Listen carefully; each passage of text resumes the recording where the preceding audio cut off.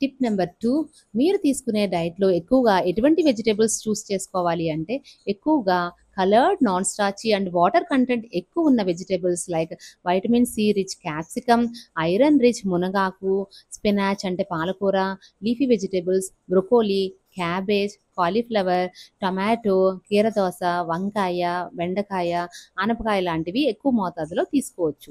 Starchy vegetables like బంగాళదుంప, corn, అరటికాయ, కరపెండలం, చామదుంప, చిలకడ దుంపలు లాంటివి తీసుకోకుండా ఉంటే మంచిది. మన ఫుడ్ చాయిసెస్‌లో ఎటువంటి ఫ్రూట్స్ ఎక్కువగా తీసుకోవచ్చు అంటే, లో గ్లైసెమిక్ ఇండెక్స్ అండ్ ఎక్కువ వాటర్ కంటెంట్ ఉన్న water melon, Musk melon, oranges, citrus fruit, జామ పండు, నేరేడు పండు, jamun, berries, gooseberries, kiwi, avocado, Apple, దానిమ్మ, పీచెస్ అండ్ ప్లమ్స్ లాంటివి తీసుకోవచ్చు.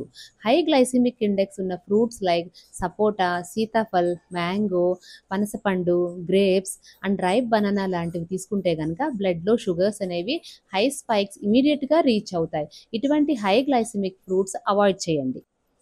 టిప్ నెంబర్ 3, గట్ హెల్త్ గురించి మన ఫుడ్ చాయిసెస్ ఎలా ఉండాలి అంటే, ఎక్కువగా fermented foods like idli, dosa, millet idli and dosa అయితే ఇంకా బెటరు. పెరుగు, ఇంట్లో చేసుకున్న రోటి పచ్చళ్ళు లాంటివి తీసుకోవచ్చు.